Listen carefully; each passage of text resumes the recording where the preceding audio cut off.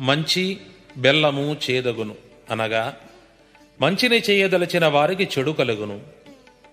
తీపి పదార్థములు తినలేని షుగర్ వ్యాధి ప్రబలమగును అని భావము. ఇత్తడి బంగారముగా విక్రయించేరు, బంగారము చింతాకంత లేక సీమలకు పొయ్యేను. బంగారం ధర విపరీతంగా పెరిగినందున ఇత్తడి లోహంతో బంగారు నగల వలె గోల్డ్ కవరింగు నగలు అమ్ముతున్నారు. నాగుమల్లె నశించినట్లు నరజాతి నశించిపోయేను, సూర్యుని మహిమలు జనులకు కనిపించేను అనగా శాస్త్రజ్ఞులు ప్రయోగాల ద్వారా సోలార్ సిస్టమ్ కనిపెట్టి సూర్యుని ఎండ నుండి అనేక పనులు చేయుచున్నారు. ఇది ఇంకా విస్తృతం కాగలదు.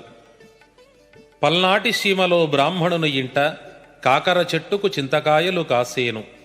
పల్నాడు తాలూకా గురజాల మండలం దాచేపల్లి వద్ద గామాలపాడు అనే గ్రామంలో ఈ సంఘటన జరిగింది.